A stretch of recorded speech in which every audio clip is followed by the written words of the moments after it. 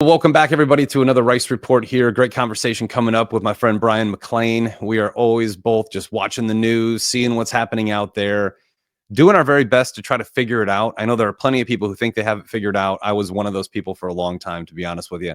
Thought I had it all figured out, but things change. Literally, they used to change week by week. First, it was month by month, then week by week, then day by day, then hour by hour. We're now at second by second.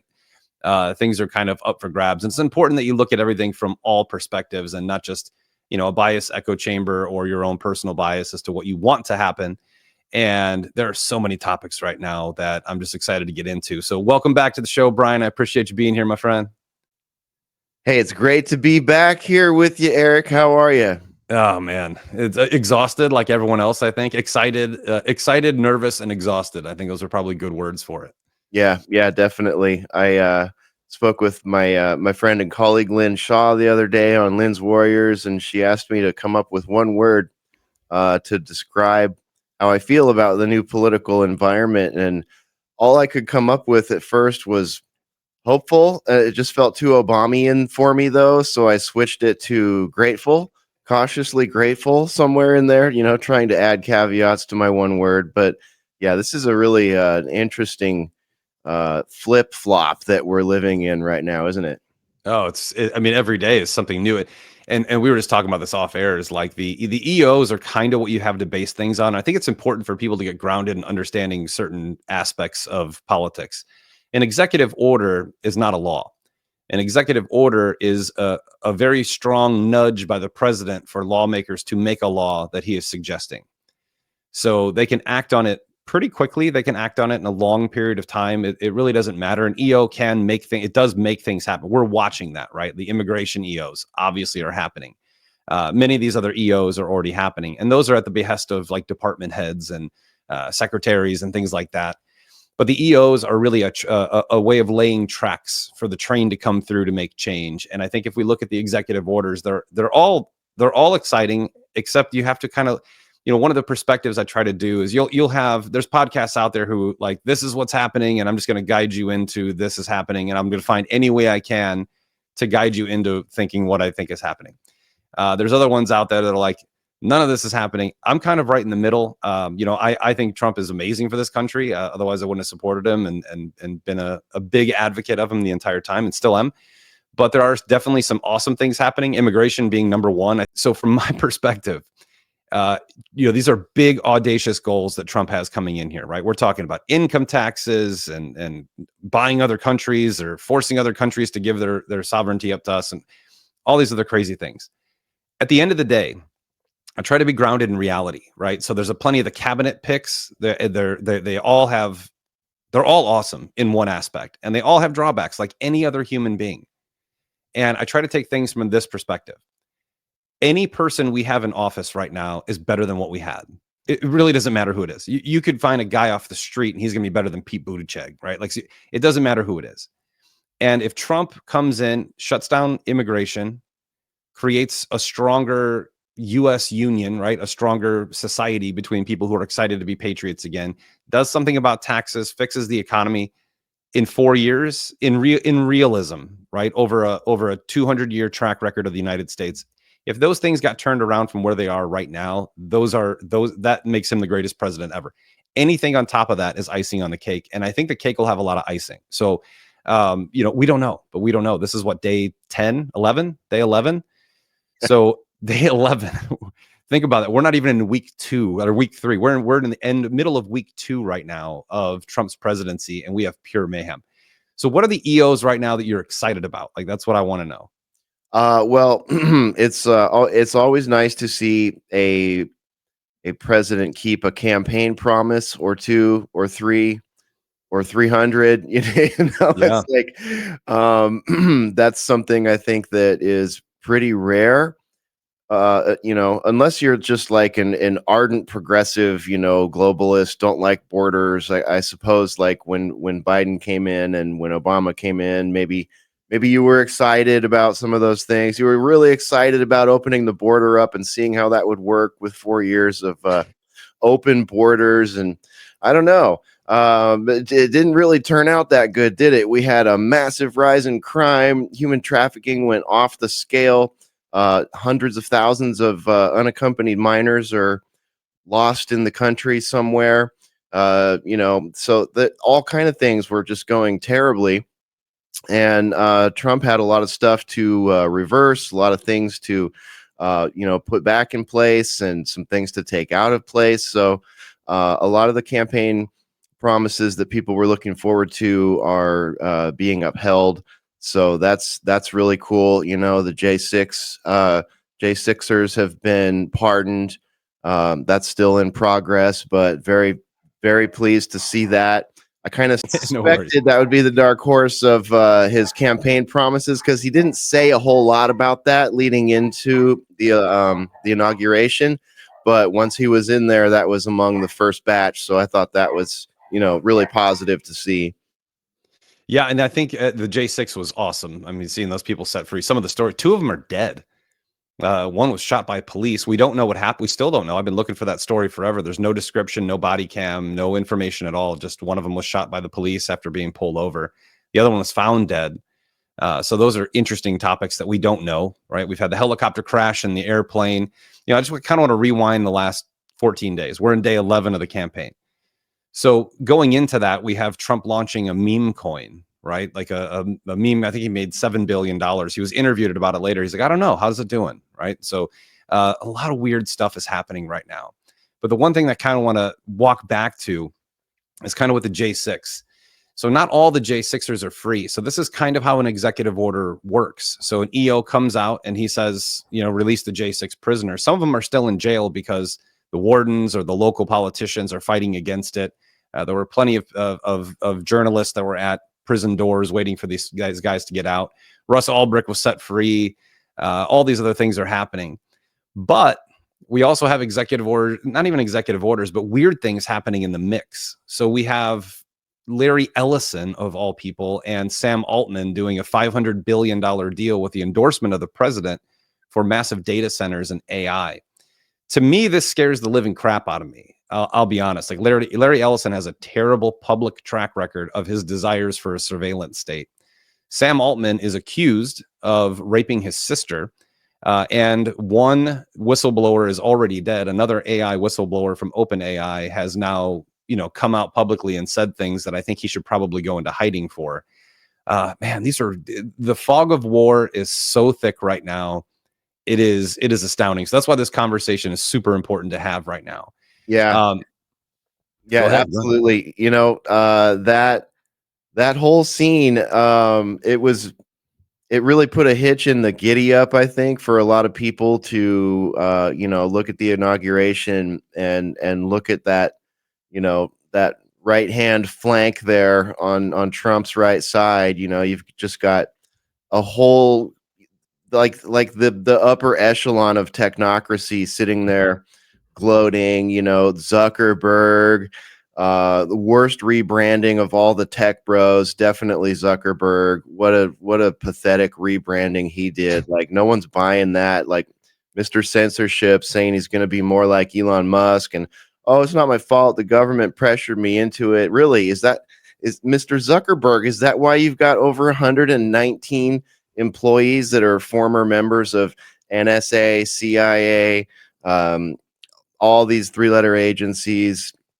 It's just the worst rebranding. I don't think many people are buying into Zuckerberg going from Mr. Data to Mr. Spicoli overnight. But Elon's rebranding has been stellar. I mean, that hats off to Elon. He's certainly, bought his way into the Trump cabinet and into the hearts and minds of mainstream conservatives. I don't think deservedly.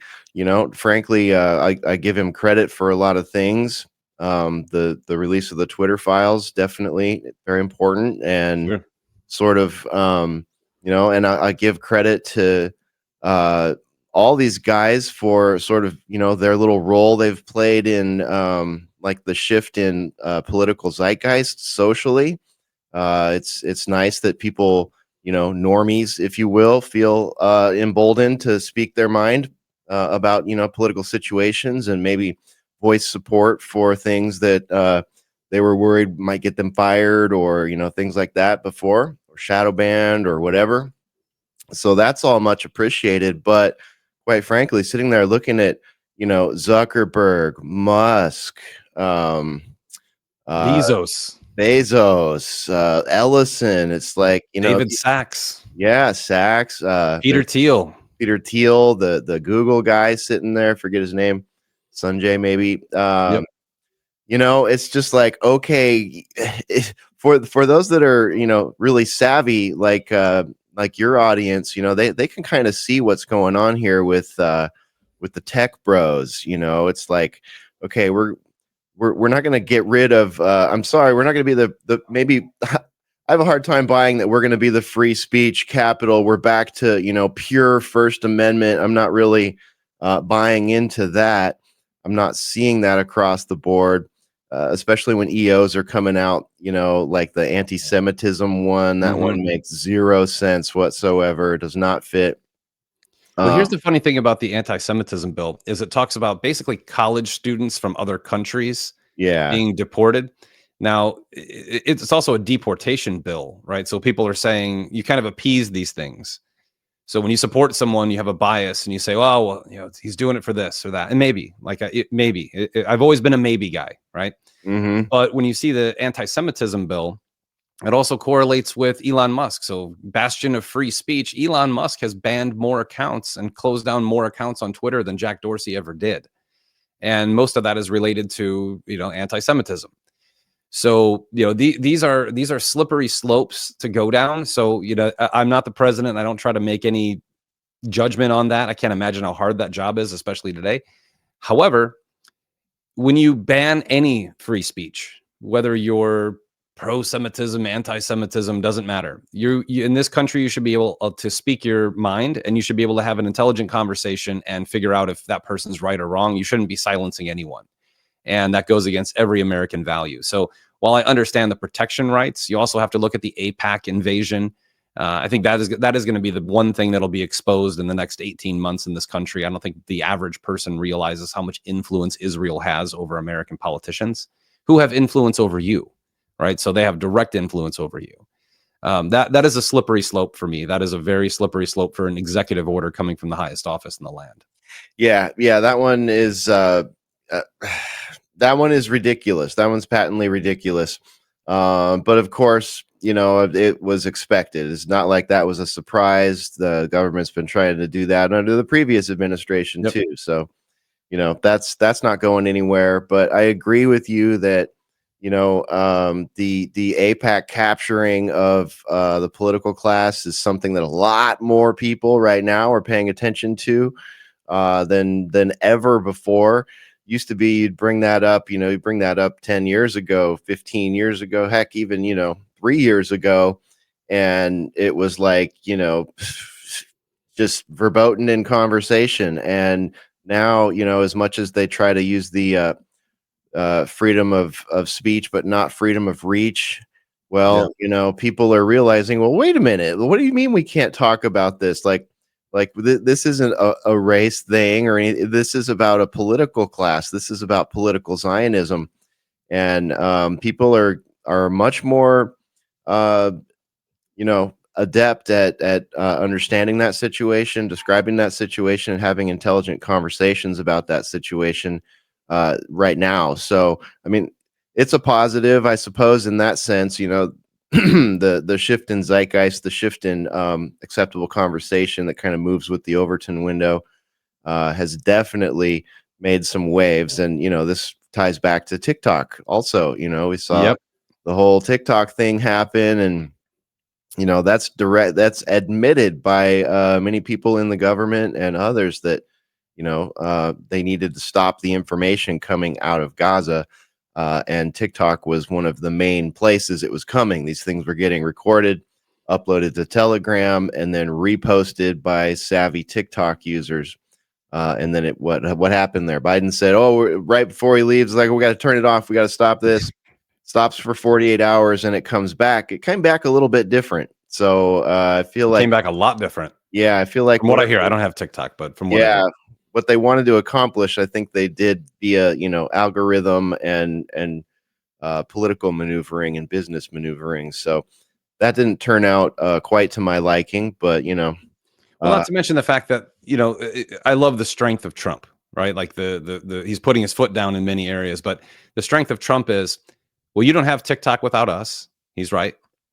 And you don't have profitability without us. He's right. But you also have what, like 190,000 people making $1 million a year on TikTok. Like it's a big part of our economy as well.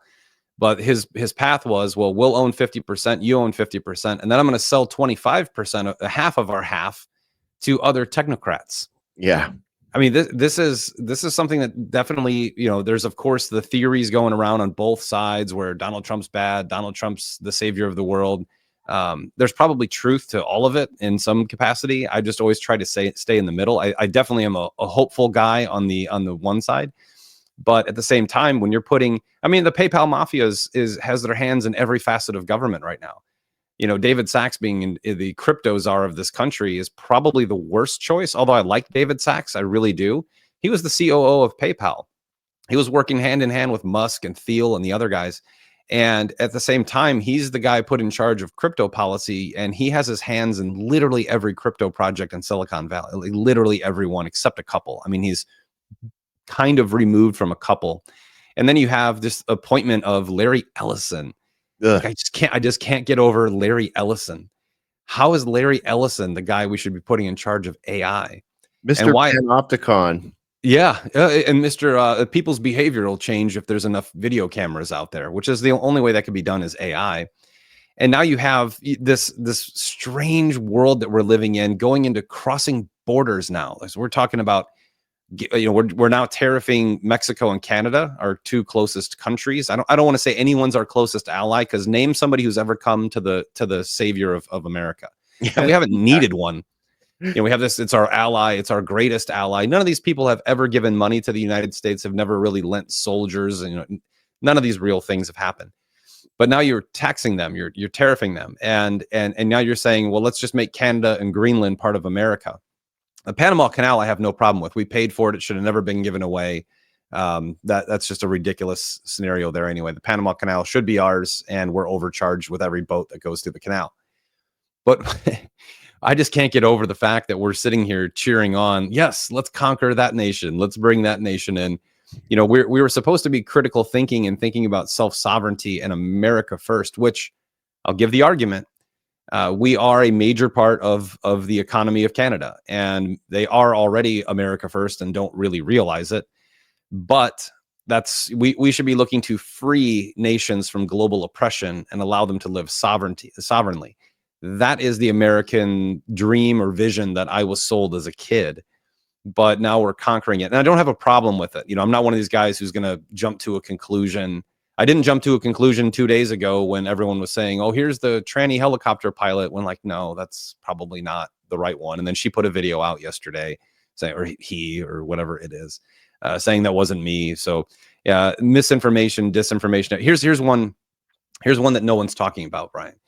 So I've been spending a lot more time on X. I'm just pretty much a lurker. I just like watching stuff and seeing what people are posting. I'll repost things.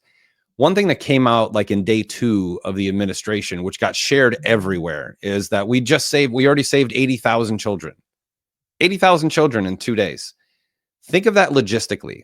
So either they were all in 2 or 3 locations, and we just freed, and nobody in the entire country noticed like 10,000 children in a house, or we knew where they were the entire time and let them be abused and waited for Trump to come into office and rescued them, or it was just completely fake news. But I saw that post and I was like, that's awesome.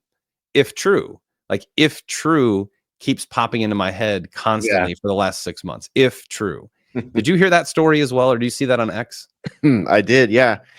Excuse me. And it's like, I'm kind of like you, it's like, I still don't, I'm always skeptical. Like I'm still for example, I'm still pretty skeptical about the multiple assassination attempts on Trump. Those are unknowable. They are unverifiable from the amount of information that we, the public, were given. So we can choose to take them at face value, which, maybe I should, but I don't have enough information to take it at face value. So I don't, and I won't. and that's how I'm going to, continue to have to file that one like so many other things.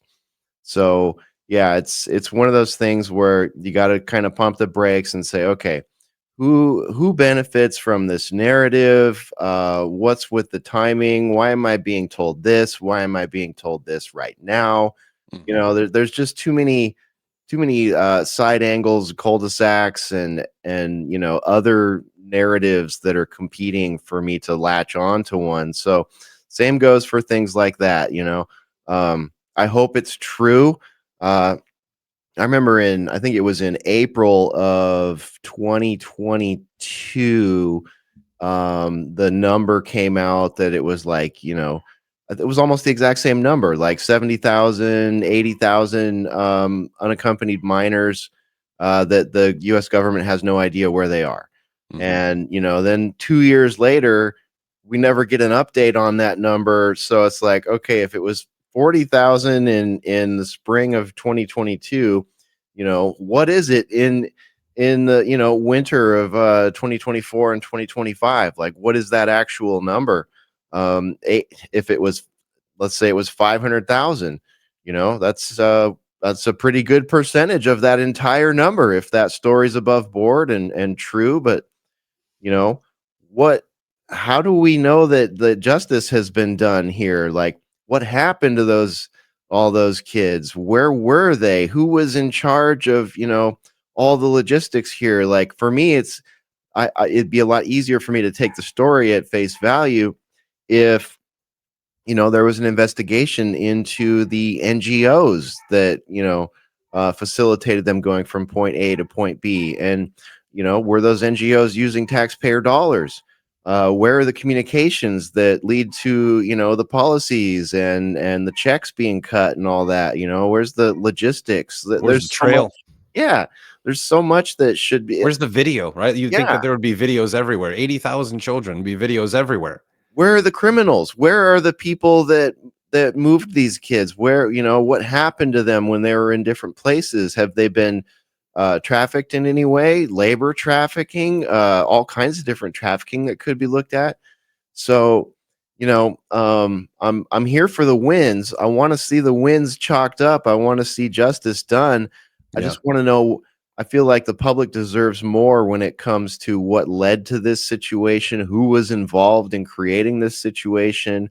Are Catholic charities something we should be looking at? Because when I went to the southern border, we were tracing people from coming across to where they go next. And it was like, okay, get processed by Border Patrol, get processed by National Guard, and then onto the bus, and then over to the Catholic NGO, and Catholic NGO does something, and then more bus tickets. Like, all that needs to be clarified to everybody, how that happened, who was involved. Same with so many of the things. Like, we've got so many things that have not been properly that we haven't gotten transparency on, and they haven't been adjudicated properly, and a lot of names attached to this stuff. So that's the kind of maybe I'm just an idealist. Maybe it's pie in the sky, and I should just accept all the wins that I'm hearing about. But it's difficult for me when a lot of them are almost low hanging fruit. It's weird to say that stopping a huge chunk of human trafficking and closing the border is low hanging fruit, but after the last I'll 4 take it. years, we've seen it kind of is, and then on top of that, it's like, okay, all these things are great, but then boom, Larry Ellison and bros are going to be, we're supposed to be happy, I guess, that they're building supercomputers and tell us it's for our own health, and Yeah, immediately to the Yeah. mRNA vaccine immediately. Right. Like, first thing out of the gate. This is going to be great, guys. We're going to have mRNA vaccines for cancer. What? I mean, wait a minute, hold on, pump the brakes. Like, can we look at why we have an outbreak of turbo cancer in this country first? Like, can we talk about that for a second? I've spoken with Dr. William Mackis about this many times, spoken with Dr. Kelly Victory about this. So many different people, and people who support Trump and wanted Trump to be the president. It's like, okay, he will be, but guess what? We're going to do more. We're going to sink more money into this mRNA stuff. And we're going to be looking at, Which, to be clear, like I don't, as long as it's voluntary, I don't have a problem. Like if you want to take vaccines, go for it. Go for it. Do it. If you want to give your kids vaccines, go for it and do it. You have every right to do that. yeah, I disagree. My kids won't be taking them. I won't be taking them. That's freedom. You should also have freedom of choice. So, I mean, there's clearly, Brian, there's clearly 50% of our country that just has to have a vaccine for anything. They're yeah. looking for a vaccine for allergies, for, I mean, everything.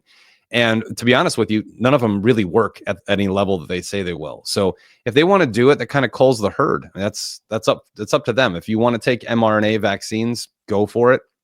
I'm more concerned with the surveillance state, which we're already in. Like there's already, remember that show, Person of Interest? Yeah. So there's already an open sourced website where you can log in and use a satellite view of any town, and it'll tell you exactly who the person is walking around based on their phone. Like we're already in the surveillance state. So, how do we get out of the surveillance state? Well, one of the ways is to definitely not hire Sam Altman or Larry Ellison for our AI needs. Period. Point blank. One thing I'm a little unclear on also is the 500 billion. I saw Trump say something. I think it was when he was, I'm not even going to bother. So at one point I saw him say something about it's their money. Like he was inferring that it's not, a taxpayer batch of 500 billion. It's not. It's billionaire money. And, so, but Larry Ellison, he's what, like somewhat, it depends if you ask Forbes or Business Insider, I think, but he's somewhere between the second and fourth richest man in the world or in America. And guy's 80 years old. He looks interesting for an 80-year-old guy. Definitely some biohacking going on there with him. My goodness.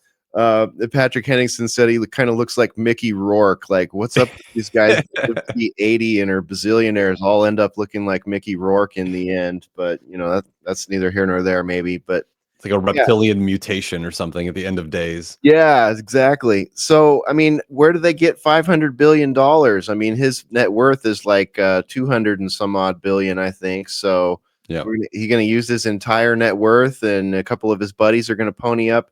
It doesn't make sense. I have a hard time believing it's all coming from that, Fortune 100 pool of money.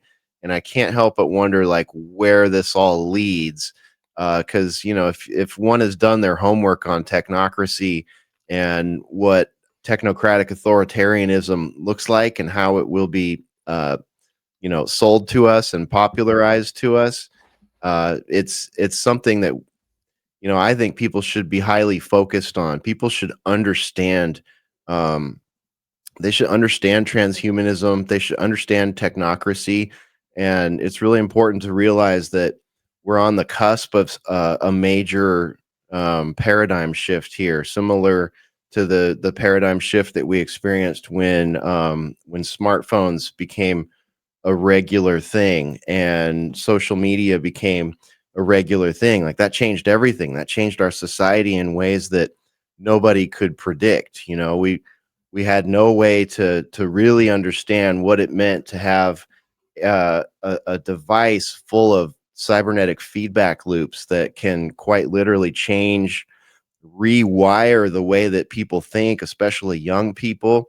And we're on the cusp of the next phase of this, which is going to be the AI phase.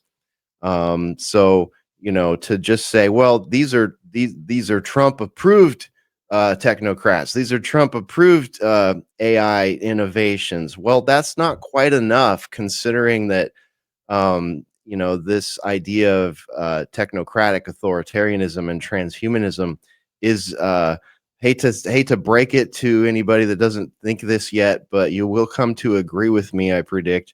It's not political. It's not right. No. It's not left. It is simply the power structure knowing that a giant shift is about to come, a giant paradigm shift is about to come. And maybe the political aspect is more the two different management teams styles of being prepared in their minds for that shift coming up. So, I think that's really well said and unavoidably accurate. Yeah. Because a politician doesn't control innovation. No, they don't understand AI. Like your average keyboard warrior out here understands AI a heck of a lot more than, I would argue, any elected official that we could possibly point towards. And and there's great things to it, right? So AI also has, we look at it as always scary. Like any technology, it can be used for good. It could be like, you could look at TikTok. It can either be used, if TikTok was all inspiring videos that led you to God, it would be the greatest platform ever. Very few people would elect to use it, but instead it's used for Tide Pod challenges and crate walks and all these other crazy things. And that's just humanity and the way it's going to go. But you're right, it's an unavoidable, we are literally, there is no immovable object. We live in a world of only unstoppable forces. So these unstoppable forces, what is the immovable object? It's usually us, and we don't realize that. But AI by itself, I will say this, I probably spend about 3 hours a day right now on AI being curious. Just what does this mean? What is that? How does that work? How would this play out? And like the advancement of your own thinking and your own intellect through AI it's incredible. I would say I've been using AI for about 3 months pretty consistently. I would say I've learned more in 3 months than I did in the previous 3 years. So there is that part of it. That is the good part of it. Most of it is used to make, silly images and deep fake videos and troll videos and stuff like that. But if you use it in the right way, there's definitely a lot there. But let's go into some of the good ones, because we're kind of beating up on Trump right now, and we shouldn't we shouldn't be beating up on Trump, because Trump is killing it, actually. But I always like to touch on the bad stuff. Like you have to. I said this on Real America's Voice about David Sachs. I'm like, our job is to be the watcher on the wall and the denier of tyranny. That's what our job is to be. Watch on the wall, see what happens when something doesn't mesh. Let's get clarity. Let's get an outline. Let's figure out what it is. Yeah. Now, we are also talking about taxation, right? So we're talking about tariffs, and we're talking about eliminating taxes. So people see that, they see a bill in Congress, they see all these things, and they're like, well, taxes are ending. I don't know, maybe. But when a president gives an EO, again, it's just a mandate to move forward on making it official. That's pretty much, it's official for now, but make it really official later. And with taxes, a president can't do that. That has to be voted upon in Congress. And I cannot wait until that bill comes out to hear politicians defending the fact that 40% of our income should be going into their hands because they're so good at managing the money. So what are your thoughts on that? Yeah. This one, if this one comes through, if they really revoke the income tax or switch it to some sort of flat tax or something like that, this would be a big one. This would be one worth celebrating, because the income tax is unconstitutional in the first place. This is something that should have never been set upon us. We were, of course, as a country, lied to about the purpose of it, about how long it would be around, how much it would be, what it would be used for, the ways in which the rates could be gamed by the Fed. So yeah, this one would be a massive win for Americans. I mean, that would change the landscape greatly. If we don't have that 35 to 60% of our earnings just taken from us by a government that is clearly out of control.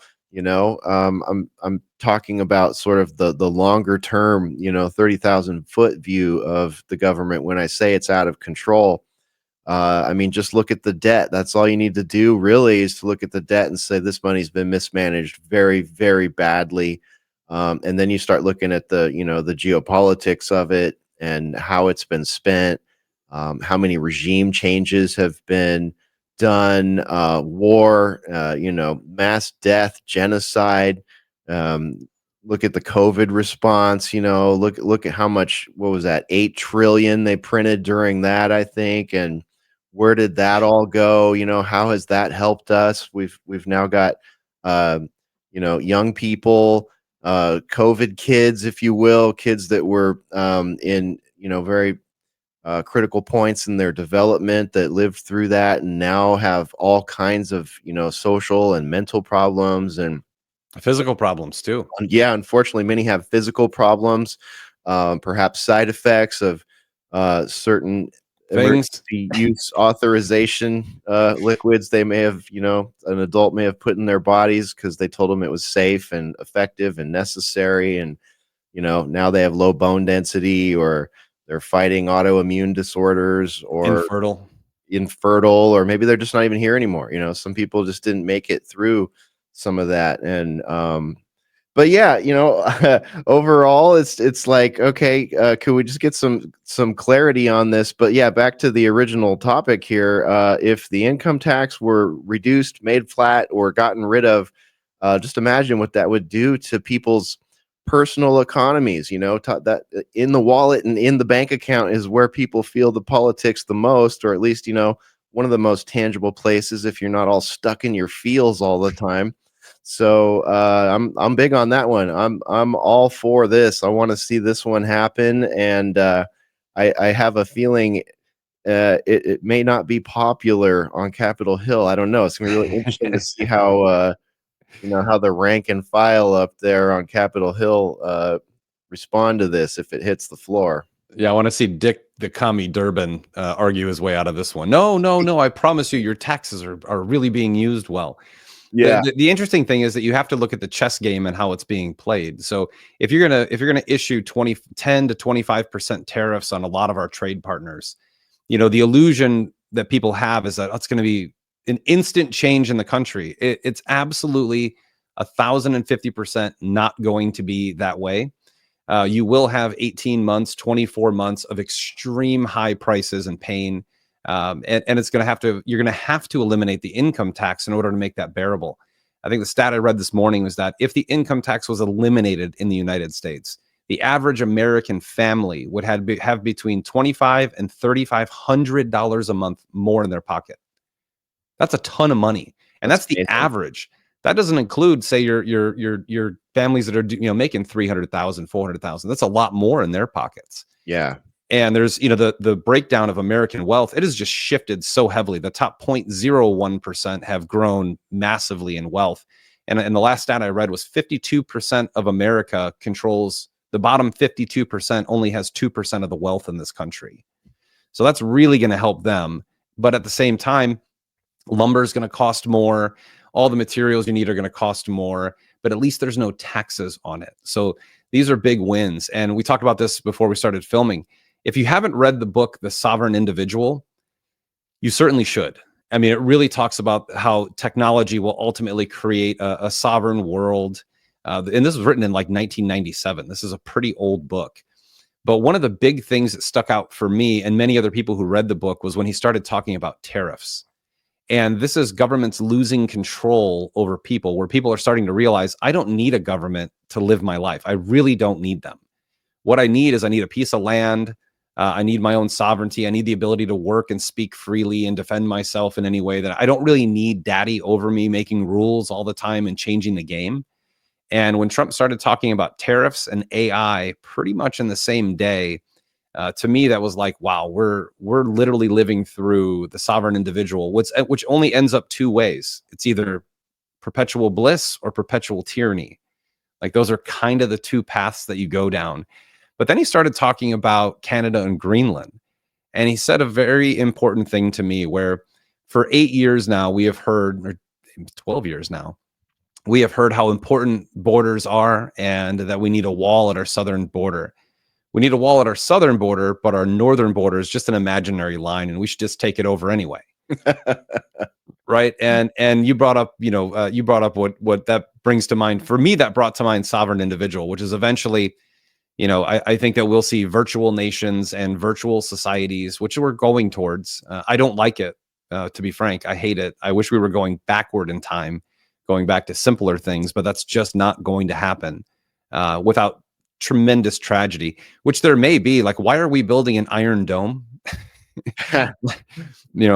These are big topics to cover. Like, why are we? So we're tariffing all of these people, and then we're actually going to put together a coalition of new partners, which is kind of the plan. You tariff people, you negotiate, you build new trade partnerships, and then everything goes back to perfect, which is good. Like I think that's the plan. I have no idea what that is, but I think that's the plan. But at the same time, we're talking about acquiring sovereign nations, which actually aren't sovereign, and neither are we. Like like we're not a sovereign nation. We are not free people. If you can get banned on Twitter from a technocrat who was at the inauguration standing behind Trump, cheering to go to Mars, by the way, which is the weirdest reaction Didn't like ever. that. Didn't like that. That was extremely weird. But Elon's a weird character. I'm sure he's kind of on the spectrum somewhere. But I also can't deny the good they're doing. So this is kind of like what I want to talk about is be open and free. Like for me, the Greenland Canada thing is a no-go in my book. I don't agree with it in any possible way. What about you? Yeah, absolutely ridiculous. I mean, I'm sorry. Greenland seems to be doing just fine. Unless I missed something, I haven't heard any problems with Greenland. You know, I don't have any friends in Greenland. Maybe I'm missing out on something, but it seems to me they don't need us, and we don't need them.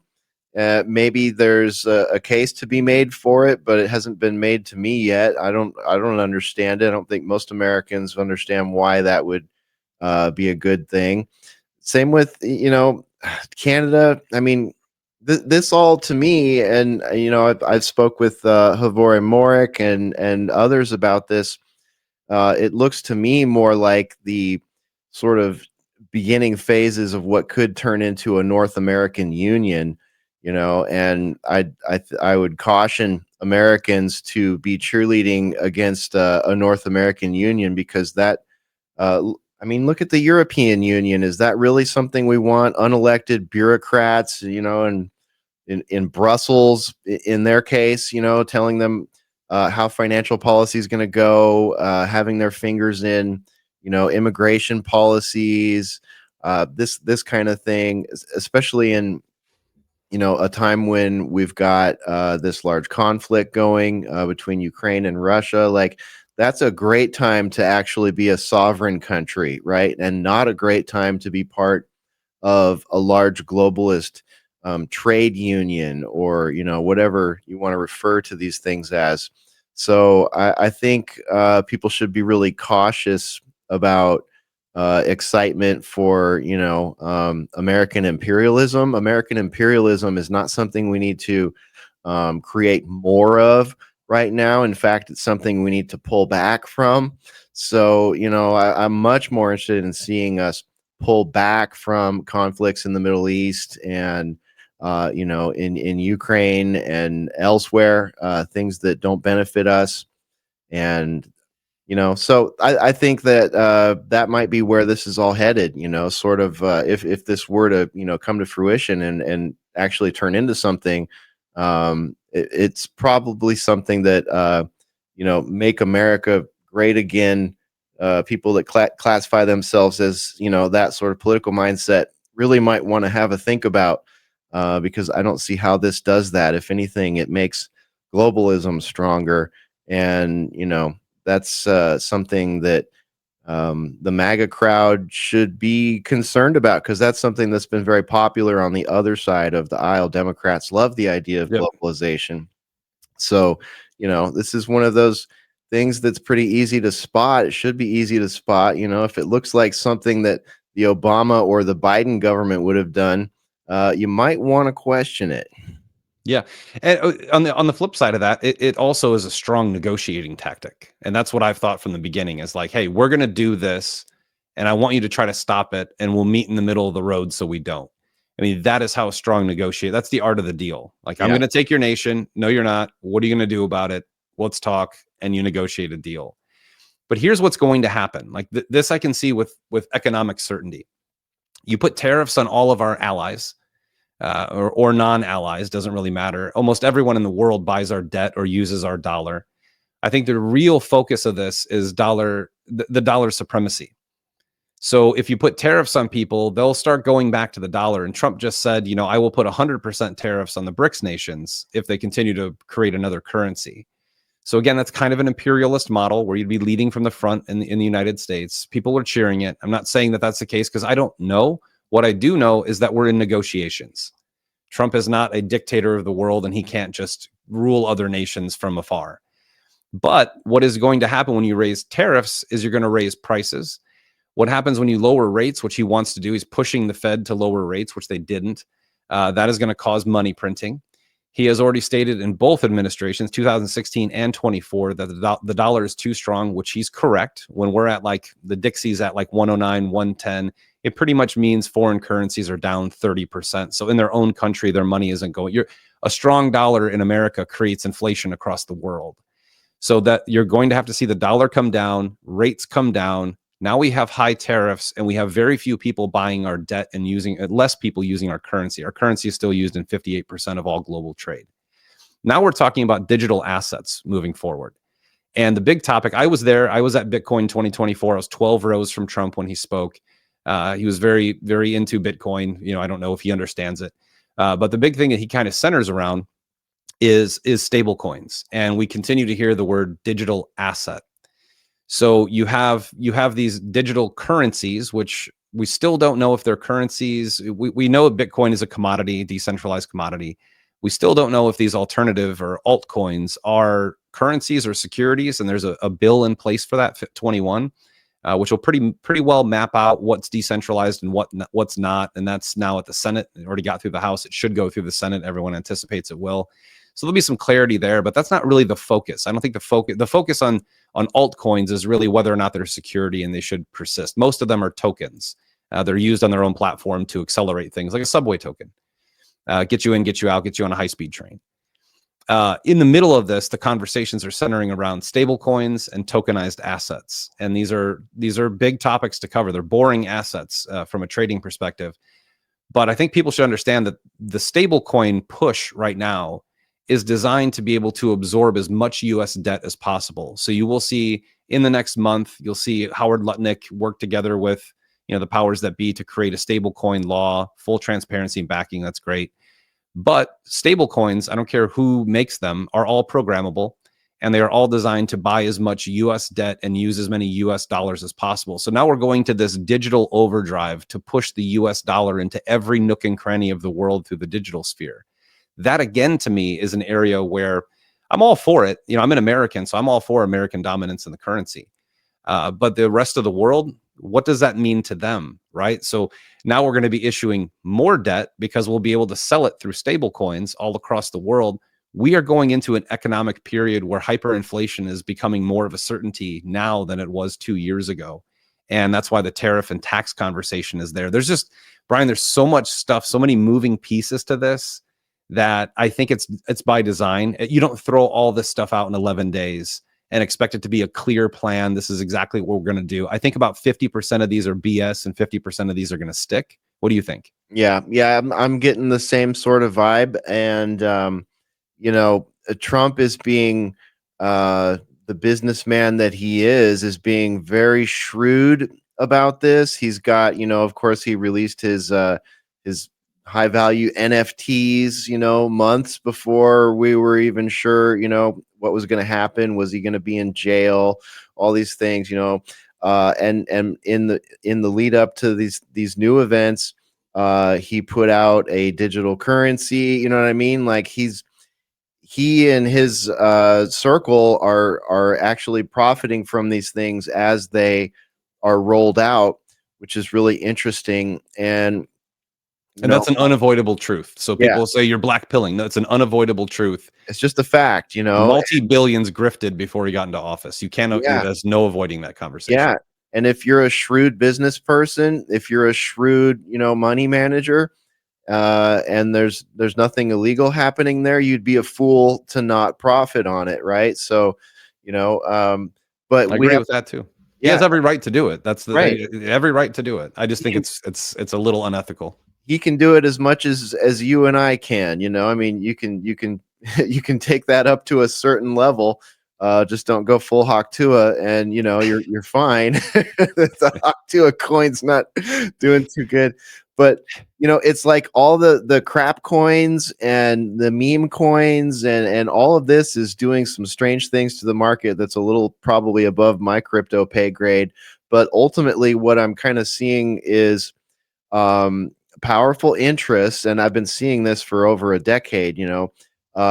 powerful interests in finance, banking, politics, tech, are preparing themselves for something that is a big paradigm shift that's coming here also. Yeah. So there's a reason why artificial intelligence has been in the top discussion points for Davos every year for the last 7 years. There's a reason why these things. There's a reason why these technocrats are invited into the Davos crowd. There's probably a reason why Donald Trump is still willing to go zoom in to Klaus Schwab and his buddies Yeah. and give a dog and pony speech up there, I love the speech, by the way. The speech was a huge FU too, and I loved it. it was, but it's like, why do you even show up there? You could take that 45 minutes and spend it talking to the American people about the dangers of the World Economic Forum and going through Klaus Schwab's book and talking about what the Great Reset looks like from the World Economic Forum's perspective and how that would affect Americans. But, we don't get that kind of talk. Instead, we get, him going in there, bull in the china shop. He's got his, speech there all set up, and it looks like a big hot poker in the eyes of everybody there. But at the same time, it's like, well, we're still not talking about the context of what all this means for the paradigm shift, and in particular the financial aspect. The luxury brands, for example, have spent the last 15 years figuring out how to still be a luxury brand in a world that's run by universal basic income. If Right. we're all on digital currency and receiving UBI, how does one go out and buy a Rolex? How does one go out and make sure they have Louis Vuitton bags instead of JanSport bags? And these guys have been thinking about this very, very hard for well over a decade now. And we're in it right now. So I think kind of what's happening here is there's an inevitable fall for the dollar that any economist, and correct me if I'm wrong, but pretty much from what I can tell, economists say this is gonna fail at some point. Absolutely. It might be tomorrow, it might be 100 years from now, depending on what happens. But if it were tomorrow and we didn't have these digital assets and stable coins set up, then it would be a full-on apocalypse. But if we have these secondary routes set up, and let's just war game for a second here. Let's say that something like Cyber Polygon were to happen, or there was a big, cyber attack or something like that. I don't know, Chinese drone comes through and bursts an EMP. I don't know what, pick your poison. Russian hackers, Moldavian hackers. We could go on and on and on about the narrative that could come attached to a Black Swan Cyber Polygon event. But the fact of the matter is now the environment has been set up such that if that were to happen, or organically or not, we would have this new system basically running in parallel next to it. And when we see, the big, banking interests and business interests and, hedge fund managers and, car dealerships and whatever, insurance agencies all hedging into this system, it's not just because, it's a cool thing to do on the side. Like, there are businesses that are really preparing themselves for that, the fall of the US dollar and the shift into cryptocurrencies. And Trump's really smart. He's so we're not going to do CBDC. Everybody knows CBDC is one of those big poles that holds up the technocracy, along with universal basic income and digital ID. So he's saying we're not going to have CBDC. We like crypto, and we're cool with stable coins. So it's a brilliant plan. It's a brilliant plan, but I feel like it's a setup, and maybe it's one that will make humanity better in the technocracy. I don't know, seeing as we can't stop technocracy without a extinction level event, probably. Right. Maybe some of these are good things. It's not necessarily all bad, but there's a lot that the people don't understand yet, and that's my concern, is that we're going to be forced into a massive financial paradigm shift that may or may not have a good, benefit to risk ratio. Well, you're right on the language there, because you have, affirmative action is now called DEI, right? Like they changed the name. It's pretty much the same thing. And a CBDC, a central bank digital currency, is not going to happen, but a DC is, like a digital currency is, because the proposed, and we don't know yet, but the proposed US stablecoin laws are all about, using treasuries. So everything has to be 100% backed by US treasuries and the US dollar. Can't be backed by anything else. Now, some will be backed by gold, right? There are already a couple of stable coins that are backed by gold. These are slippery slopes, because you can mint as much stable coin as you want, and it throws off your audit of the gold reserve. But these are creating that hegemony. Like this is how you get the dollar into every deep dark piece of the global south. And having that they're all programmable. I mean, there's not a single decentralized stable coin that exists. They're all centralized. And when you're mandated to use the US Treasury as your backing, you're going to be profitable. There'll be interest on them. There'll be much better stable coins. But a stable coin is a DC. It's not the central bank digital currency, but it would be the US digital currency. Yeah. And I think that's what people fail to realize. So either way, we're slipping into something and we don't know what's there. And like, I'm not trying to be I hate the term black pill, because we're supposed to be critical thinkers. Like that was the whole purpose of this whole exercise over the last decade, is so we could think critically and be critical about our government. And, I don't want to be in that position where Trump's in and I'm not going to be critical of decisions. I'm also not going to say that I'm right, because I don't know. I don't know what he's doing. All I can do is go off of what I'm fed. And what I'm being fed right now is actually 98% awesome, 2% shaky. Yeah. Like, it's good. Right. It's like you get attacked, you get called a leftist, and it's like, I'm sorry. We're just sitting here trying to call balls and strikes. This is the game. We are, we're umpiring, we're fanboying, whatever metaphor you want to stick yourself in.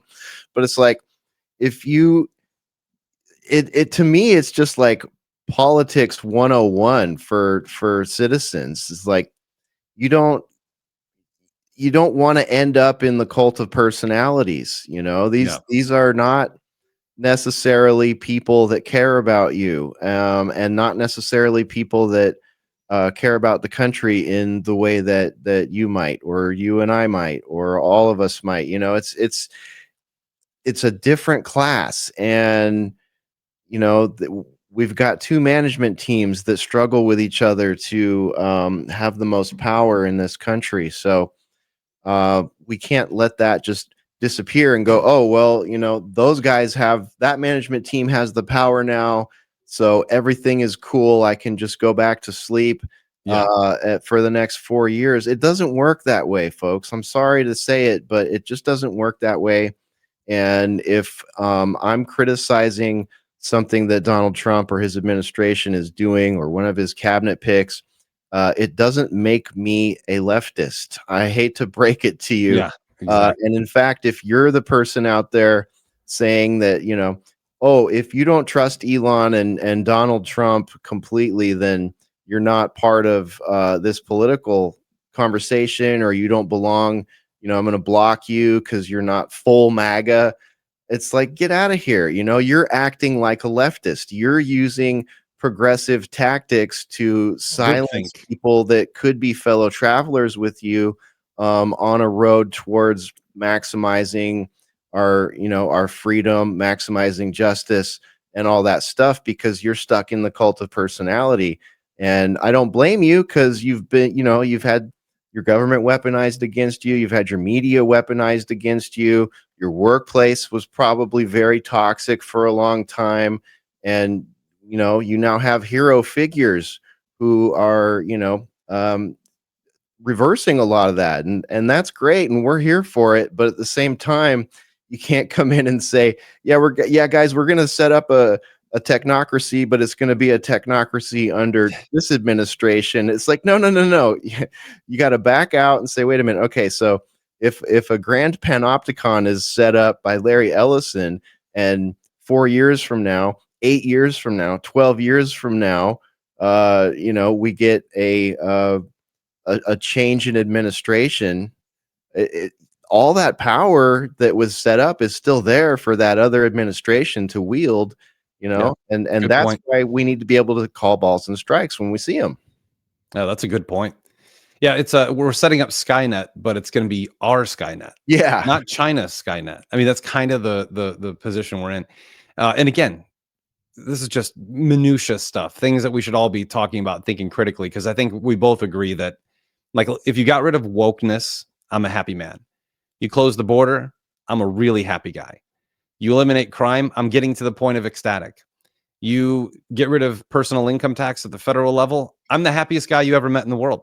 And if you throw in tariffs and increase our economy by creating new manufacturing jobs here, you're the greatest president in the history of the world. But along with that, to be a true, I mean, Trump's kind of already a legend. Like, let's just be honest. He's the funniest president we've ever had by far. He is the most charismatic, and he has definitely done the most good for the American people in his reign at the helm, no question. But to be at that next level, where you would be eternally 10,000 years from now, your name is still in history books, it would be to create world peace. And we are not on that path. So the other EO that I want to talk about is the funding for foreign aid, which has to be done. I mean, we are literally the ATM machine for the world, and we have been for a long time. And that's just globalism 101. You find the prosperous nation, the most prosperous, and you use them as a money laundering program for your own wealth.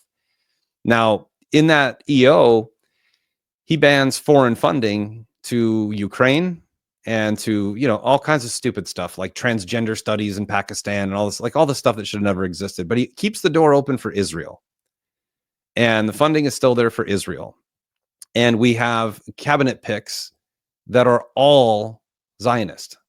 And as much as I love Pete Hegseth, and I do, I think he's awesome. I don't know if he's going to be a great Secretary of Defense. I'm praying he will be. I love his demeanor and his candor.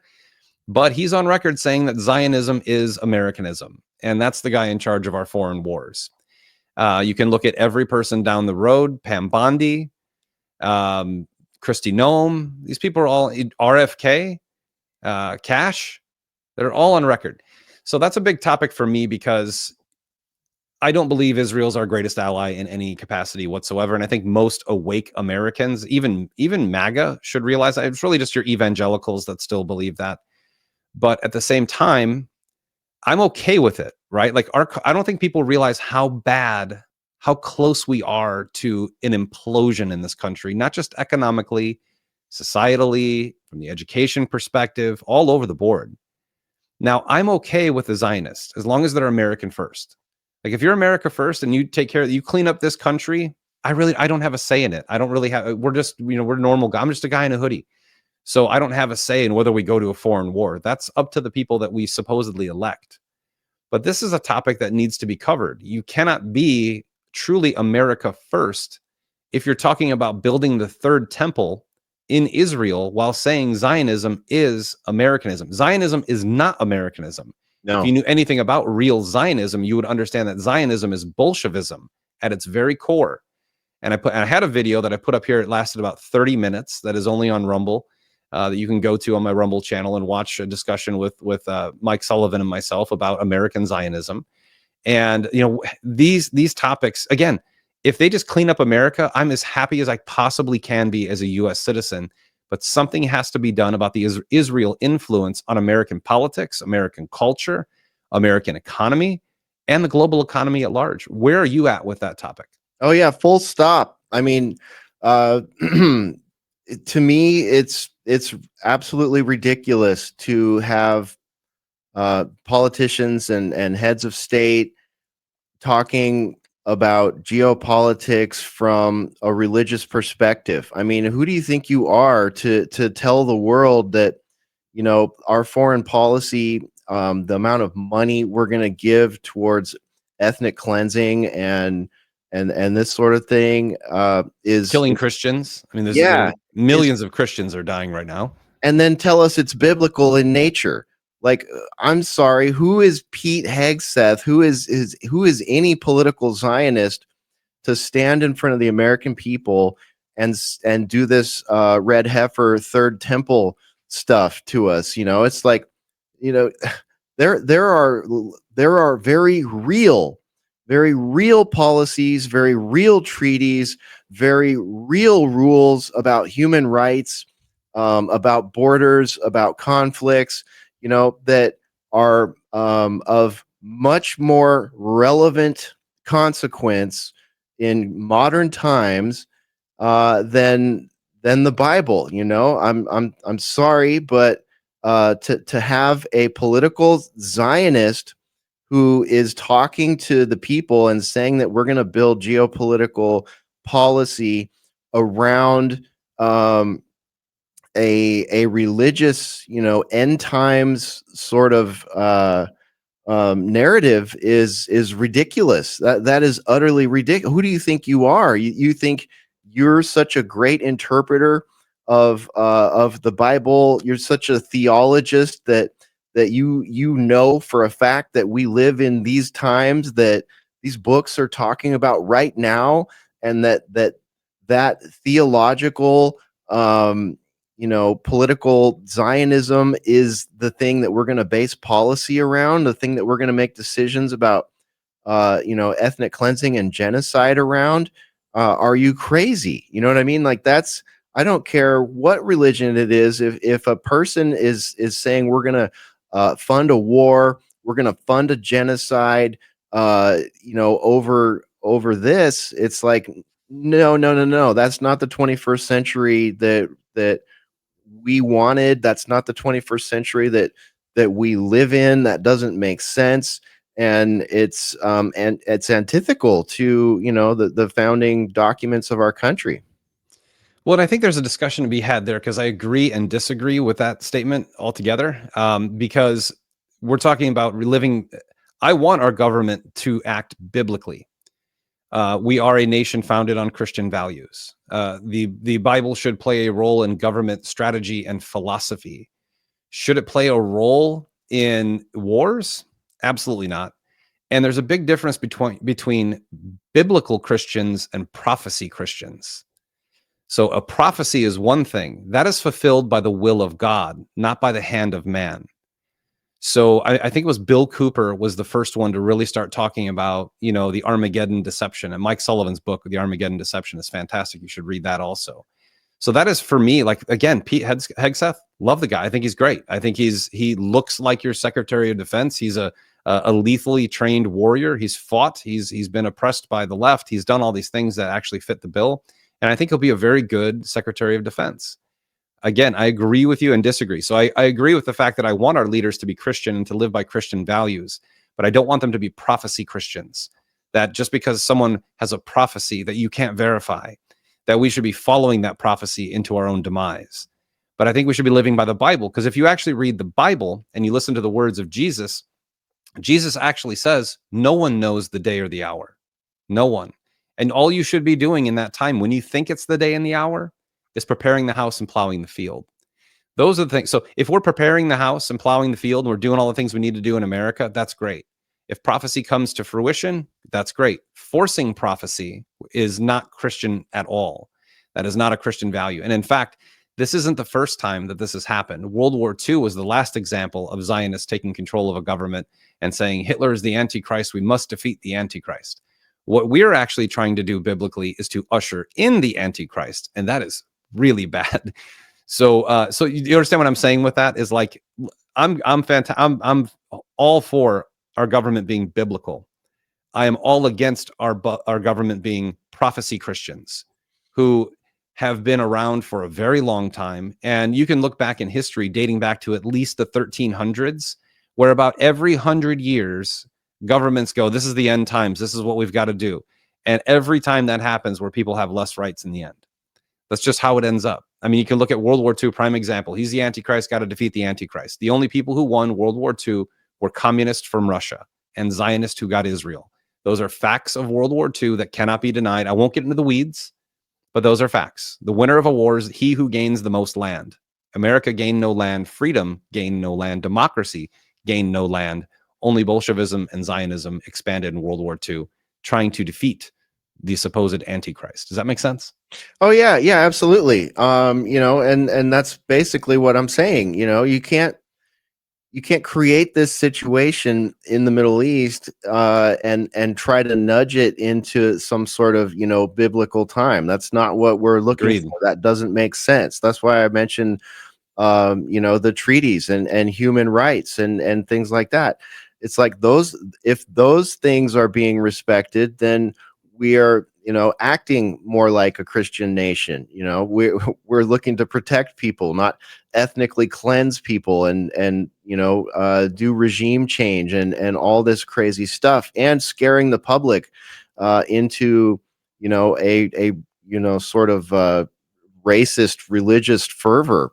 So to me, it's like the actions, the geopolitics that are being crafted around this prophecy sort of stuff is completely, it just doesn't make sense. It's unchristian. It's unchristian to support a genocide. It's unchristian to Agreed. create a situation where Christians in the Middle East are going to be demonized and murdered.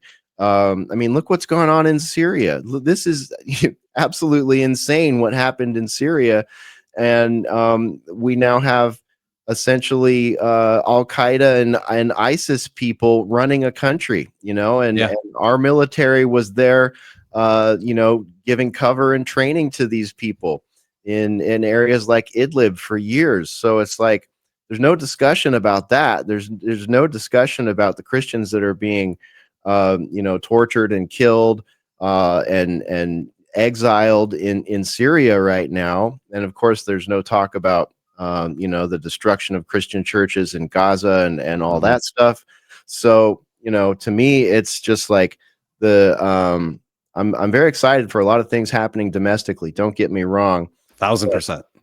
But the geopolitical aspect with the Middle East in particular is of great concern, and that APAC capturing of Capitol Hill that we've mentioned a few times, that plays a massive role into it and kind of brings us back full circle to being good watchdogs and stewards of our own country.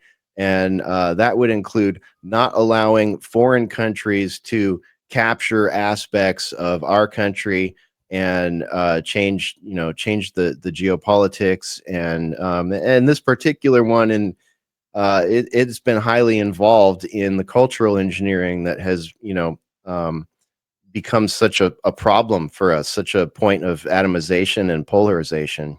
Yeah. And there's good and bad in all of it. I mean, that's the world that God created, a world of duality where everything has good and evil and all of it, dark and light, and everything that we do. Now, Tulsi Gabbard actually pointed out the problems in Syria in her hearing the other day, which was fantastic. Because to be honest with you, again, the only drawback I have with all of these appointments is just truly like they're just really heavily concentrated in Christian Zionists or Jewish Zionists, right? So either way, or there's Muslim Zionists, by the way. Anyone can be a Zionist. There's no religious or racial background. If you believe in pure Zion, if you think Zionism means supporting a free state of Israel, that's not what it means. You should do some further research on what Zionism actually means. But Tulsi Gabbard pointed that out. So again, it's the good and the bad. I love the picks. I just don't love like you said, the geopolitical point of view. I love the domestic point of view, and that's really all I care about, to be honest with you. Our country is so screwed. But these picks have been amazing. RFK called out Bernie Sanders. You're the largest acceptor of money from Big Pharma, and you're going to sit here and lecture me. Kash Patel saying, I've had to move out of my house. And Kash, I think, is awesome. And I had a chance to interview Jonathan Gilliam about it and talk to him about the roadmap for him ahead. And our FBI is a complete mess. Fix our FBI, fix the CIA, get rid of them, whatever you got to do. Clean up America in the next 4 years. I'm the happiest guy in the world. Just please don't get to a point where we're looking at the Samson option being used, because that's kind of the end result, right? Like that's really where it gets to. Yeah, I know it's interesting because we have our own sort of ideals and pie in the sky. I mean, if it were me, I'd be like, Department of Homeland Security, that's done. We're shuttering that. Yep. We're going back to no more of these umbrella organizations, CIA. I'm sorry, you just need to be closed. That just needs to be closed down. Maybe you could propose a third iteration of it, but after the activities of OSS and CIA, anyone who's paying attention should want that rooted out of this country. Yeah. So ATF, you guys should be shut down. Full stop. It's a worthless organization. Yeah, Worthless. NFA needs to be shut down. That needs to be sunsetted. ATF needs to just go away. EPA, go away. EPA, go away. FDA, go away. I think EPA and FDA could be reimagined in ways that are not, a political meat grinder and money factory for special interests, and a big, threat vector for imperialists and globalists and climate change psychos.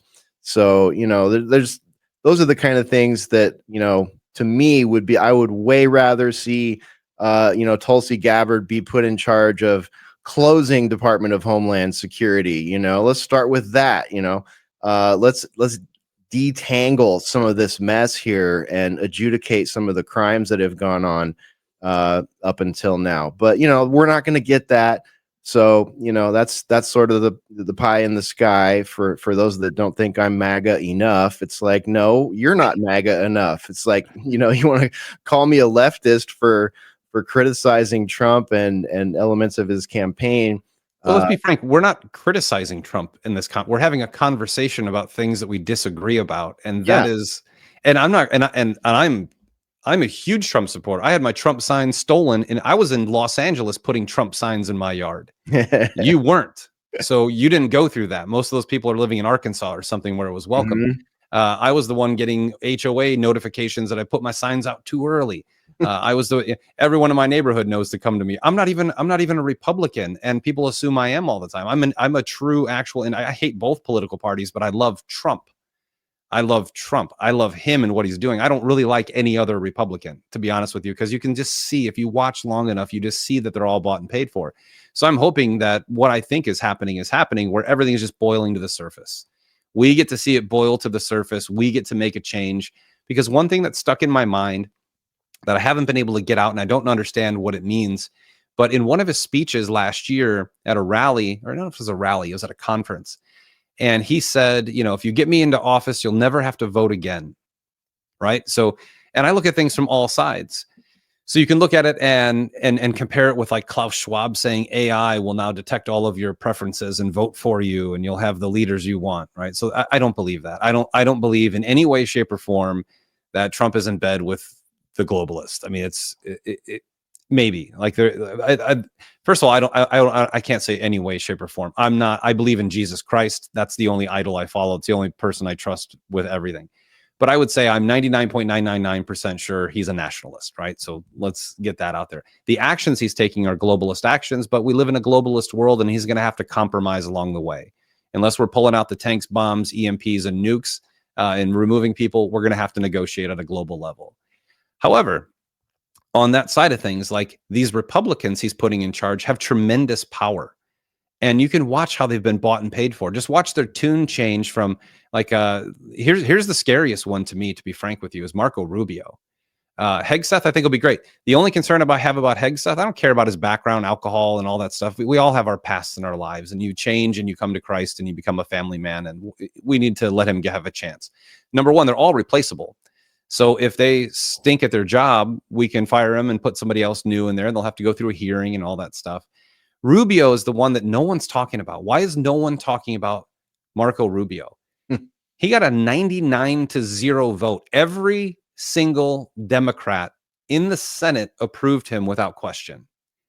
And for me, I'm not a fan of Tulsi, to be honest with you. I don't trust Tulsi Gabbard. I like her. I think she's a good public figure. I like her views on things. I really don't want her in charge of national intelligence.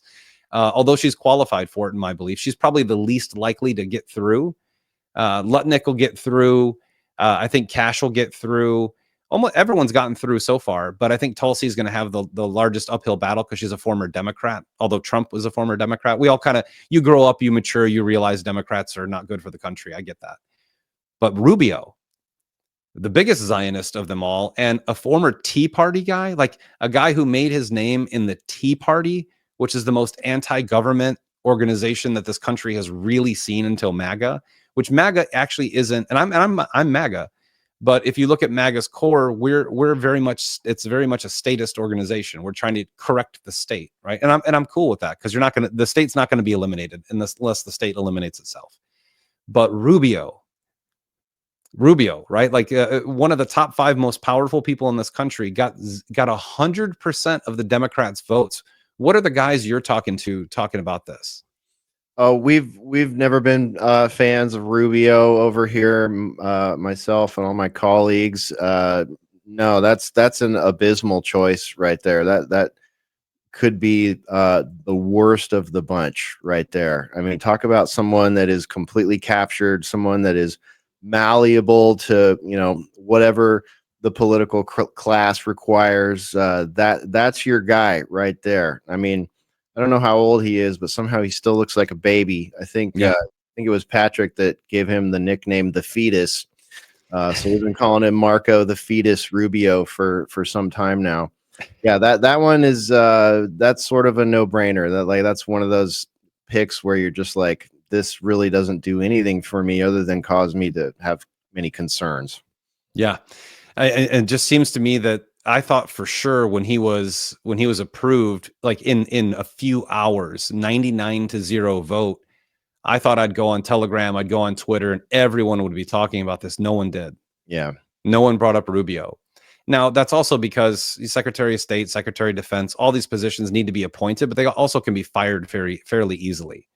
So, it is a proposition that a businessman would take. Listen, you're qualified. Let me get you in this position. We'll see how it works out. If it doesn't work out, I'll fire you quickly and find someone better. I expect to see a good amount of turnover in the Trump campaign, because I think a lot of these people are going to either show their true colors and I hope they don't. I hope they actually listen to the objectives of America first and follow that. But Rubio, to me, is a huge concern. I mean, he's on video saying, put it on video, I think we should destroy all of Palestine and do all this stuff. That rallies together. That is a strong voting base. The people who really don't have a Christian that doesn't have respect for human life is not a Christian. Yeah. It shouldn't be destroy this or defeat them. It should be create peace. Mm-hmm. That is what we should be seeking to do. And that's not possible in this world. Like, let's just be honest, like world peace is probably an objective that is a pie in the sky. It is just part of life on earth. It is part of the test of our soul to get to heaven, is can we defy the sins of the world? But the Rubio part, I'm just absolutely astounded that very few podcasters, social media people, it just happened. Rubio's approved. Yay, 99-0. I don't care that Rubio is approved. That's going to be what it is, but 99-0? Yeah, that should be a red flag. That should definitely be a red flag right there. And, it's like, yeah, it might be a little idealist to talk about peace in the 21st century, but what's bothersome is that the U.S. and Israeli and European intelligence services, British intelligence services, have actively tried to create war, have successfully and very actively created war, have very actively stopped certain countries from becoming prosperous, which would lead to a more peaceful existence. The more prosperity people have, the more peace they would like to have, I think, in general. So, you look at Libya as an example. Look at what's been done in Ukraine. Our intelligence services highly involved in that. Same in Syria.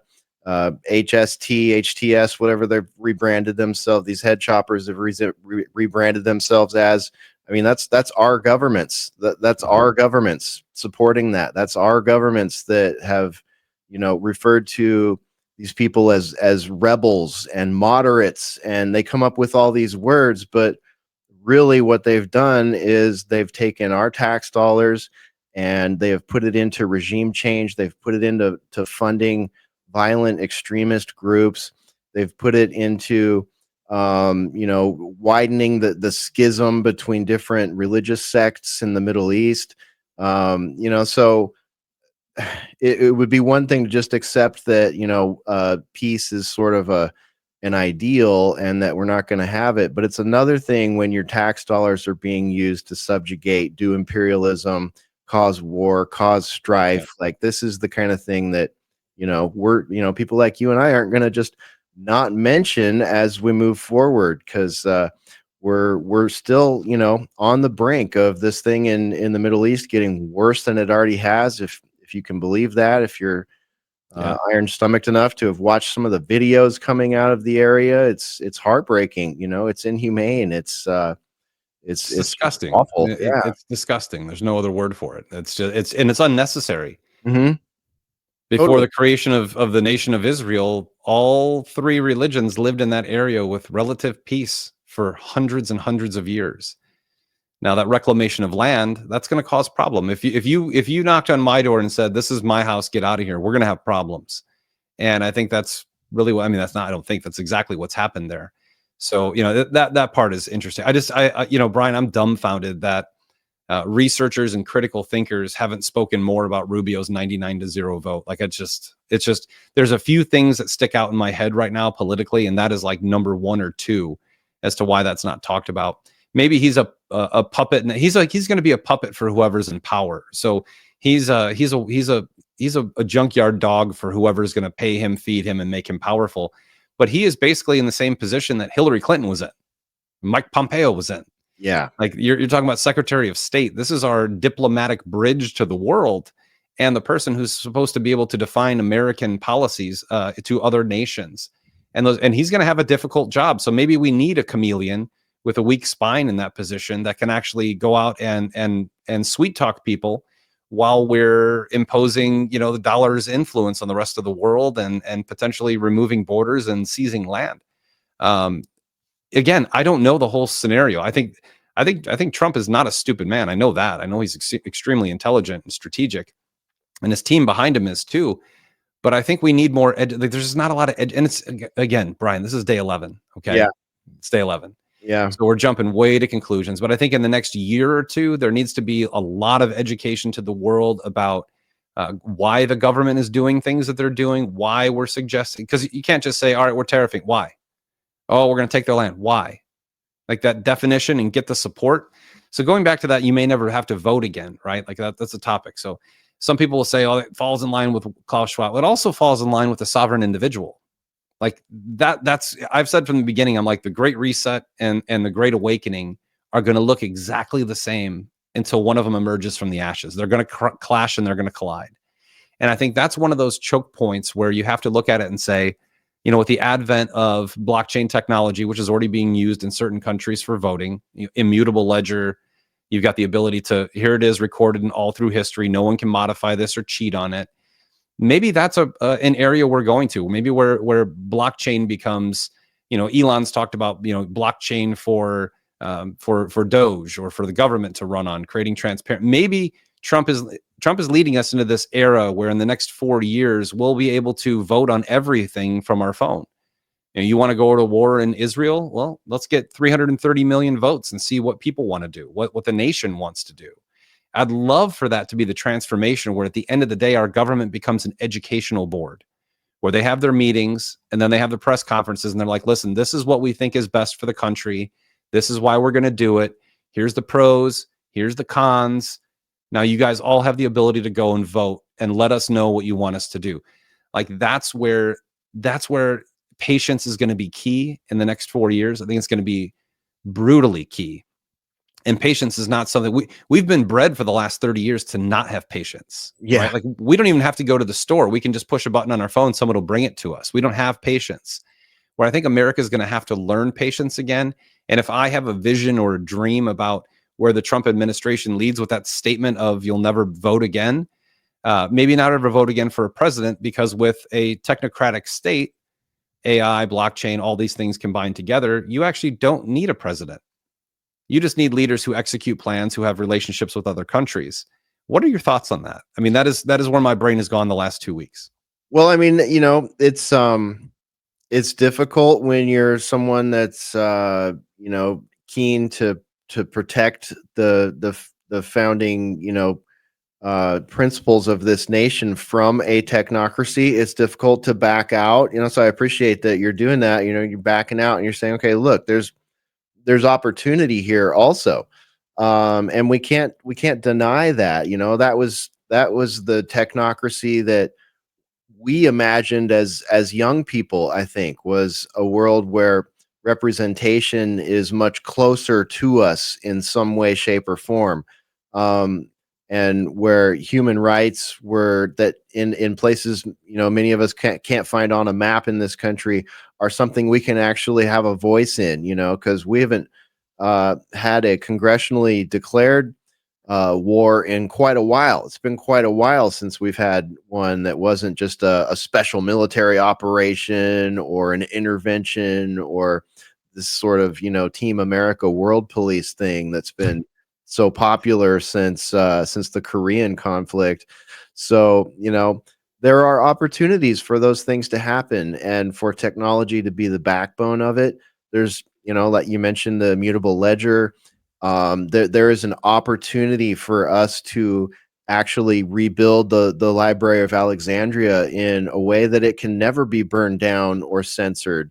You know, Absolutely. and I think those things should be taken very seriously, because if we're not taking it seriously and we let powerful people, intelligence agencies, Fortune 100s, military, politicians, and international bankers, we let them dictate what the technocratic era is going to look like, then we might be in deep trouble. These people have not done an honest job of doing that in the age of fiat.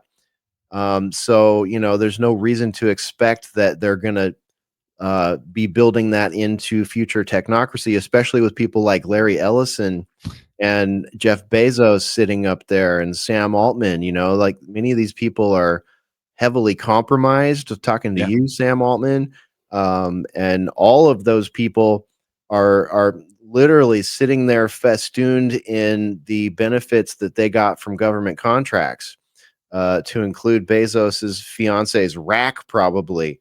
You know what I mean? So it's just like, we have, Zuckerberg's a fan. He's a big fan. yeah, Zuckerberg and his laser beam eyes are definitely a fan. Um, but in all seriousness, we have the opportunity here with technology, with blockchain, to really create a level of freedom in the technocratic area that we did not have in the fiat era. So that's definitely something to keep an eye on, because I want a blockchain website, I want a blockchain library. I want things that are distributed in a way that they can't be, the days of Wikipedia and 400 accounts called Philip Cross making 100,000 edits a day from Langley, like that's got to end. Like Yes. that's not how we want history to be written. I agree with that. I agree with that. So yeah, kind of round out our conversation that you have to look at everything. We are the watchers on the wall, the ones who should be calling things out, even if it's our own guy. It's okay. Donald Trump is a tough man. We can go against what he says and he'll listen. That's the one thing about Trump that people forget. When people speak up about policies they don't like, he is the only politician we've ever had who actually listens. He is the only one who says, you know what? Maybe that isn't good for us. The people don't want it, so let's do that.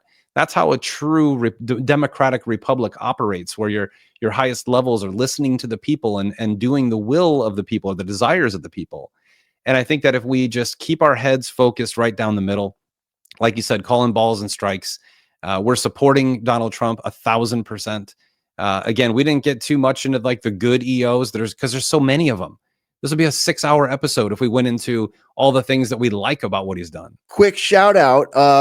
So I used to be a federal employee. I worked for the Department of the Navy for 16 years, and I got a email forwarded to me from one of my prior colleagues, and it was the email to the entire base about the dissolution of the DEI board existing there on the base. And it was a glorious moment to read that email and just go, wow, okay, cool. So, Yeah. it's in no uncertain terms said, hey, this is done. We're over this. We're shutting this down. We're going back to the way it was before. So, it was that, we could do another 2 hours on the EOs that have come through that are just like things that you and I and my co-host spoke about on State of the Nation at TNT so many times. Like, we had all these terrible cultural ramifications to these policies that we were talking about, to the point where they were destroying our economy, are destroying our work environment, destroying families. And a lot of this stuff is just being just patently stopped right now. Like, Eviscerated. yeah. So to see those campaign promises come through, like, we can complain about technocracy, about mRNA, about geopolitical Middle Eastern policy, but the fact of the matter is we want our economy fixed. We want our people to not be coerced or forced to do things that can harm their health.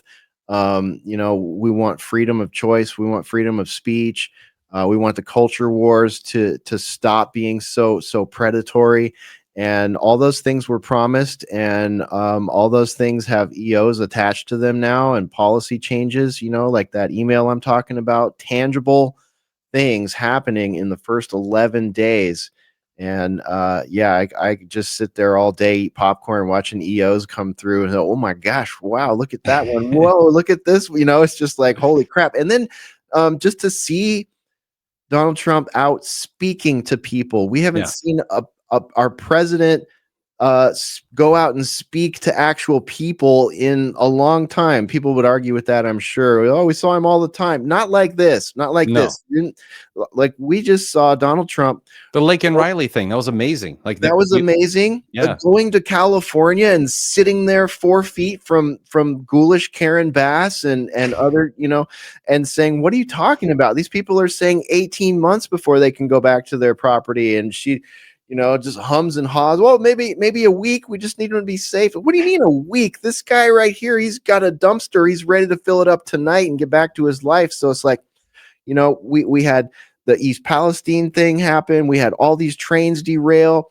We had Lahaina burned down. We had the flooding in North Carolina, and the Biden administration does F all. They did nothing. They insult these people. Whereas Trump, in his first few days, somehow between signing all these EOs, he's had time to go to North Carolina. He's had time to go to California. I expect he's going to go to Lahaina at some point. Yeah. He should. If it's not on the docket, he absolutely should. So it's like, these things are happening. There's now a potential line of communication with Russia. Our country has not spoken to anyone in Russia in 4 years. Yeah. 4 years. Like, just simply having someone who is able and willing to have a phone call, be on a Zoom call, or fly to location X and address it with the people that are there dealing with it is a huge thing. And this zeitgeist switch, where now, people that are normally pretty careful about, not sharing their politics, feel like they can talk about it again. I mean, that's a huge win for this country right there in and of itself. National pride. People are proud to be American again. Like, that part is so huge. So this has been a great conversation. This is the conversations that need to be had, because you'll listen to the first hour and a half of this and be like, these guys are just down in the dump. No, we're not. We're just trying to think critically. So Bryan McClain, always great to have you on here, brother. Always great to have you. Thanks for the invite, Eric. I really appreciate it. I always love it when we get to share some microphone time and some camera time. Big shout out to everybody out there. Make sure you're subscribed to Eric's channels. If you're not, go to all of them. We're on so many platforms these days, so just do yourself a favor. Go to all of them, subscribe, hit the notification thingy and all that good stuff. And thanks for hanging out with us. And Eric, thanks for having me once again. I'll look forward to doing it. Let everybody know where they can get a hold of you too. Give them all your locations. Oh, yeah. On X, I'm at Hesher Media. My website is alternatecurrentradio.com. And you can find us on Rumble. Look for The Boiler Room or look up Alternate Current Radio. We've got multiple shows rocking over there, so come check us out. You can tune into the Mystical American Patriot Society, the Daily Ruckus, the Odd Man Out podcast, Sunday Wire with Patrick Henningsen, and the Boiler Room, which I host on Thursday nights. I've been doing X Spaces with Patrick Henningsen from 21st Century Wire on Saturdays, He's great. along with Ruckus from the Daily Ruckus. So, yeah, come follow us over there. Come join us for those spaces. Make sure you're following at 21 Wire and at Hesher Media for notifications on those X Spaces. They're great. They go for up to 4.5 hours sometimes. Last Saturday, we had an amazing conversation about crypto, about some of the things that we touched on tonight, and the geopolitics of it all. So we're on air quite a bit over here at Alternate Current Radio. So please check us out, give us a follow, subscribe, all that good stuff, share our wares, and we appreciate it. Absolutely. Well, brother, always good to have you, man. God bless you. God bless this country, all of you out there. And just great having you on. Thanks a lot, man. I appreciate it. Thank you.